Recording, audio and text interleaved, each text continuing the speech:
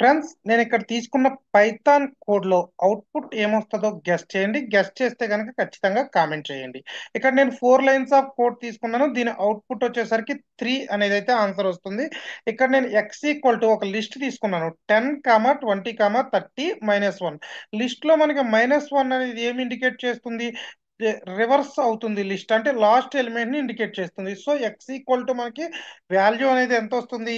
Value 30 అనేదైతే వస్తుంది. అలాగే next స్టెప్‌లో రౌండ్ ఆఫ్ 13. 13ని రౌండ్ చేస్తున్నాం -1తో. ఎప్పుడైతే -1తో మనం రౌండ్ చేస్తున్నామో దానికి నీరెస్ట్‌గా ఉన్న వాల్యూనైతే చూసుకుంటుంది. 13కి నీరెస్ట్‌గా ఉన్న వాల్యూ 10, 20, 10. సో, y 10 అనేది అవుతుంది. z x/y అంటే 30/10. ప్రింట్ జెడ్‌నైతే ప్రింట్ చేస్తున్నాము. సో, మనం ఎప్పుడు డివిజన్ చేసినా ఫ్లోట్ వాల్యూ అనేది వస్తుంది కాబట్టి మనకి అది ఆన్సర్ వచ్చేసరికి 3.0 అనేదైతే ఆన్సర్ వస్తుంది. ఒకసారి ప్రోగ్రామ్‌ని అయితే రన్ చేద్దాము. రన్ చేస్తే అవుట్‌పుట్ ఏమొస్తదో చూద్దాము. సో, అవుట్‌పుట్ అనేది మనకిక్కడ 3.0 అనేది అయితే వచ్చింది. ఫ్రెండ్స్, వీడియో నచ్చితే లైక్ చేయండి.